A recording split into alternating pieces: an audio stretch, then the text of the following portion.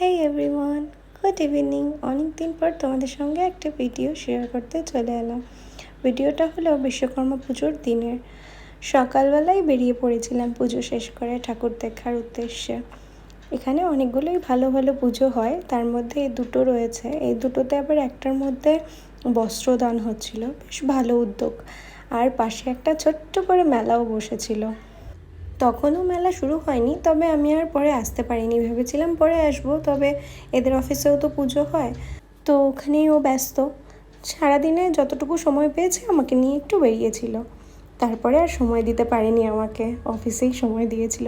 তবে এদের অফিসেও ভালো অনুষ্ঠান হয়েছে, বাচ্চাদের ব্যাগ, বই, পেন্সিল, কপি দিয়েছে। তারপরে দুদিনই আমাদের নেমন্তন্ন ছিল। প্রথম দিনে খিচুড়ি, পোলাও এসব খাওয়া দাওয়া, মানে ভোগ প্রসাদ খাওয়া। পরের দিন আবার স্টাফদের, ফ্যামিলিদেরকে নিয়ে মাংস ভাতের আয়োজন। বেশ ভালো একটা উদ্যোগ নিয়েছিল এনারা, বেশ ভালো লেগেছে। তারপরেও এখান থেকে বেরিয়ে আমরা ট্রান্সপোর্টের পুজোটা দেখে নিলাম। এখানকার ঠাকুরটাও বেশ ভালো হয়েছে, বেশ সুন্দর করেছে। তারপরে এখান থেকে বেরিয়ে আবার একটু বাজারের দিকে গেলাম, তো সেখানেও আবার একটা পুজো দেখতে পেলাম, এটাও বেশ ভালো হয়েছে।